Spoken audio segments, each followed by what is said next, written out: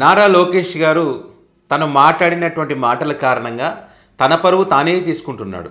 ఇప్పుడు ఆయన మాటలు వాళ్ళ నాన్నగారికి చంద్రబాబు నాయుడు గారికి నచ్చవచ్చు, వాళ్ళ పార్టీ నేతలకు నచ్చవచ్చు, వాళ్ళ మీడియా ఉంటుంది, ఒక వర్గం మీడియా ఉంటుంది, వాళ్ళకి నచ్చవచ్చు, వాళ్ళ ఎలివేషన్స్ ఇవ్వచ్చు. కానీ ప్రజలకు నచ్చాలి. ముఖ్యంగా మనం మాట్లాడే మాట ప్రజలకు నచ్చాలి.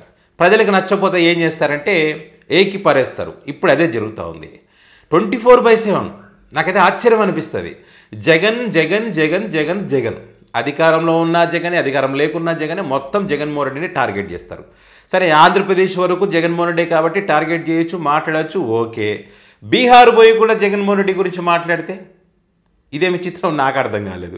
అంటే నేను మాట్లాడుతుంది అందరికీ నచ్చుతుంది, ఆహా ఓహో అంటుంది, అద్భుతంగా ఉందని ఫీల్ అవుతాడేమో నాకైతే తెలియదు. కానీ ఆయన అక్కడ మాట్లాడడం పరువు పోగొట్టుకోవడం, అంటే ఒక ఆంధ్రప్రదేశ్లోనే కాదు, 2 తెలుగు రాష్ట్రాల్లోనే కాదు, వేరే రాష్ట్రాల పైన కూడా పరువు పోగొట్టుకోవడం రావడం, నేటిజన్లు ఏకిపారేస్తున్నారు. ఇప్పుడు ఎట్లా ఉందంటే ప్రజల యొక్క అభిప్రాయం ఏ రకంగా ఉందంటే, ఇప్పుడు ఈయన ఎన్డీఏ తరఫున ప్రచారం చేయడానికి పోయినాడు, మంచిదే, కూటమిలో ఉన్నారు కాబట్టి పోయినాడు, మంచిదే. అక్కడ ఏం చెప్తాడు, టీడీపీ పార్టీ అఫీషియల్గా పెట్టినటువంటి పోస్టు, నారా లోకేష్ గారు బీహార్కి వెళ్ళి ఎన్డీఏకి మద్దతుగా ఎన్నికల ప్రచారం నిర్వహించాడని చెప్పి అక్కడ ఏం మాట్లాడారు అనే దానికి సంబంధించి, రాష్ట్రం వేగవంతమైన అభివృద్ధి సాధించాలంటే ఒకే ప్రభుత్వాన్ని కొనసాగించాలి. ఓకే, పాట్నాలో ఎన్డీఏకు మద్దతుగా విద్యా ఐటీ శాఖ మంత్రి నారా లోకేష్ అక్కడ పోయి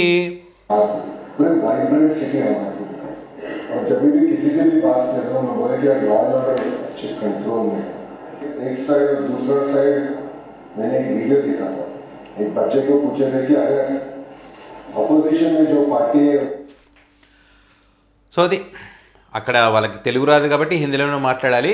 ఇక్కడ అదే తీసుకొచ్చి ఇక్కడ పోస్ట్ పెట్టారనమాట. ఈ పోస్ట్ వల్ల ఈయన మాట్లాడిన దానివల్ల రాష్ట్రానికి కానీ రాష్ట్ర ప్రజలకు కానీ ఎలాంటి ఉపయోగం లేనే లేదు. పోనీ అక్కడ బీహార్ రాష్ట్ర ప్రజలకు ఏమైనా ఉపయోగపడిందా, వాళ్ళు ఏమైనా ఆలోచించుకునే శక్తి వచ్చిందంటే అది లేదు. అక్కడ మాట్లాడి పరువు పోగొట్టుకున్నట్టే. అసలు ఏమంటారంటే నారా లోకేష్ గారు అక్కడ 2019లో ఒక్క ఛాన్స్ అంటూ జగన్మోహన్ రెడ్డి మోసం చేశాడు, రాష్ట్రాన్ని విధ్వంసం చేశాడు. సో అది కోలుకోవడానికి చాలా టైం పడుతుంది. ఇప్పుడు డబుల్ ఇంజన్ సర్కార్ 90% మ్యాండేట్ ద్వారా వచ్చింది కాబట్టి ఇక్కడ కూడా కూటమికి, ఎన్డీఏ కూటమికి ఓటు వేయడం అని చెప్పే ప్రయత్నంలో అక్కడ కూడా జగన్మోహన్ రెడ్డే. అంటే జగన్మోహన్ రెడ్డి ఇది తప్ప వేరే ఏం తెలియదు వాళ్ళకి. బీజేపీ పార్టీతో జగన్మోహన్ రెడ్డి ఏమైనా పొత్తు పెట్టుకున్నాడా, లేదా మీరు చీకటి ఒప్పందాలు చేసుకుని చీకటి పొత్తులు పెట్టుకున్నటువంటి ఈ కాంగ్రెస్, ఇప్పుడు ఉన్నటువంటి ఆర్జేడీ కూటమి, వారితోనే ఏమన్నా జగన్మోహన్ రెడ్డి పొత్తు పెట్టుకున్నాడా? ఎవరితో పొత్తు లేదు. అసలు బీహార్తో జగన్మోహన్ రెడ్డికి సంబంధమే లేదు. అయినా కూడా మనం మాట్లాడిస్తాం అక్కడ. ఇప్పుడు జగన్మోహన్ రెడ్డి విధ్వంసం చేశాడు, విధ్వంసం చేశాడు, విధ్వంసం చేశాడు అంటారు కదా. అంత విధ్వంసమే చేసి ఉంటే జగన్మోహన్ రెడ్డి, మరి మీరు ముగ్గురు కలిసి ఎందుకు పోటీ చేశారయ్యా? విధ్వంసం చేసినప్పుడు సింగిల్గా పోటీ చేసి మీరు ఈజీగా గెలుస్తారు కదా, ప్రజలు చీదరించుకుండి ఉండి ఉంటే. మరి ఎందుకు కలిసి పోటీ చేస్తారు? మరి అదే జగన్మోహన్ రెడ్డి, మీరు ఏదైతే విధ్వంసం ఉన్నారో అదే జగన్మోహన్ రెడ్డి పథకాలను కాపీ కొట్టి, ఇవే మేము జగన్మోహన్ రెడ్డి ఇచ్చినటువంటి పథకాలను మేము అమలు చేస్తామని చెప్పారు కదా. జగన్మోహన్ రెడ్డి విధ్వంసం ఎక్కడ చేసినట్టు? అసలు విధ్వంసం అంటే ఏంటి? జగన్మోహన్ రెడ్డి ప్రతి జిల్లాకు ఒక మెడికల్ కాలేజీలు ఉండాలని చెప్పి 17 మెడికల్ కాలేజీలు కష్టపడి తీసుకొస్తే దాన్ని మీరు ప్రైవేట్ పరం చేస్తున్నారు కదా, దీన్ని విధ్వంసం అంటారు.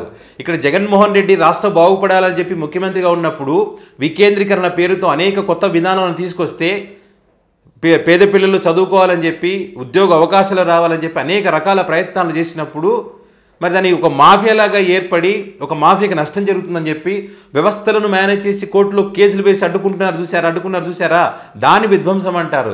వాలంటీర్ వ్యవస్థ తీసుకొచ్చి అద్భుతంగా పనిచేస్తూ ఉంటే, ఇంటింటికి సేవలు అందిస్తూ ఉంటే దాన్ని తప్పుడు ప్రచారం చేస్తూ ఇది ఒక వ్యవస్థన అని చెప్తూ, ఈ వ్యవస్థ ద్వారా 30,000 మంది మహిళలు మిస్ అయ్యారని చెప్పి తప్పుడు ప్రచారం చేశారు చూసారా, దాన్ని విధ్వంసం అంటారు.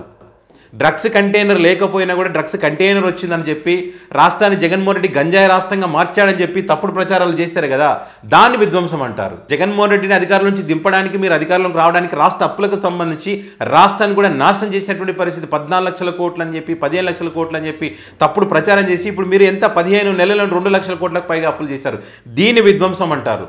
జగన్మోహన్ రెడ్డి తెచ్చినటువంటి కంపెనీలను మీరు తెచ్చినటువంటి కంపెనీలుగా పేరు మార్చుకొని ప్రచారం చేసుకుంటున్నారు కదా, దీని విధ్వంసం అంటారు. రెడ్ బుక్ పేరుతో డైవర్ట్ పాలిటిక్స్ చేస్తూ రాష్ట్రానికి పరిశ్రమలు రావాలంటే భయపడేలా చేస్తా ఉన్నారు కదా, దీని విధ్వంసం అంటారు. సో ఇట్లా చెప్పుకుంటూ పోతే చాలా ఉన్న విధ్వంసాలు ఇవి కదా విధ్వంసాలంటే. పోనీ ఇప్పుడు జగన్మోహన్ రెడ్డి విధ్వంసం చేశాడు, ఏది విధ్వంసం చేశాడు, మీరు వచ్చిన తర్వాత ఏది గాడిలో పెట్టారు? సో వాటి గురించి ఆయన వివరించి చెప్పండి. అక్కడ ఇదిగో మేము ఇలా చేసాం, మీరు ఇలా చేయకండి అని చెప్పండి. అక్కడ ఈ ఉద్యోగం ఇస్తామంటున్నారు, ఇల్లు ఇస్తామంటున్నారు. వారి మాటలు నమ్మకండి అంటే మీరు చెప్పలేదు, ఇక్కడ మాటలు నమ్మించి మోసం చేయలేదా? 25 లక్షల ఉద్యోగాలు అంటారు, ఏమైంది? నిరుద్యోగ భృతి అంటారు, ఏమైంది? ఆడబిడ్డకి నిధి అంటారు, ఏమైంది? అన్ని అబద్ధాలు కదా చెప్పింది. అంత విధ్వంసం చేసింటే ఇన్ని అబద్ధాలు ఎందుకు చెప్తారు? ఇంతమంది కలిసి ఎందుకు పోటీ చేస్తారు? సో అదే ఇప్పుడు ప్రశ్నిస్తున్నారు ప్రజలు. ఇప్పుడు ఏమంటారు, మనం మామూలుగా వాడుక భాషలు చెప్పాలంటే లేపి తన్నించుకోవడం అంటారు దీన్ని. అక్కడ పోయి కూడా ఈ మాటలు మాట్లాడి అక్కడ ప్రజలు కూడా అనుకుంటారు కదా, ఎక్కడ పోయినా జగన్మోహన్ రెడ్డి ప్రస్తావన తీసుకొస్తున్నారు వీళ్ళు, అంటే జగన్ అంటే అంత భయపడిపోతున్నారు ఏంటి వీళ్ళు? ఇప్పుడు బీహార్ ప్రజలు గతంలో ఏదైతే జగన్మోహన్ రెడ్డి గారు ముఖ్యమంత్రిగా ఉన్నప్పుడు నారా లోకేష్ గారు కానీ చంద్రబాబు గారు కానీ టీడీపీ పార్టీ కానీ మొత్తము ఆంధ్రప్రదేశ్ని బీహార్ చేశాడని చెప్పి తప్పుడు ప్రచారం చేశారని చెప్పి అప్పుడు మా రాష్ట్రాన్ని తిట్టినటువంటి వాళ్ళు ఇప్పుడు ఈ రాష్ట్రం నుంచి మీరు ఏ రకంగా ప్రచారం చేస్తారయ్యా? ముందు మీ రాష్ట్రంలో చూసుకో. మా రాష్ట్రంలో ఏం చేయాలో మా ప్రజలకు తెలుసు, ఎవరు ఎన్నుకోవాలో మాకు తెలుసు, నువ్వు చెప్పాల్సిన అవసరం లేదని చెప్పి పరువు తీస్తూ ఉన్నారు, పాతవన్నీ వెలికి తీసి.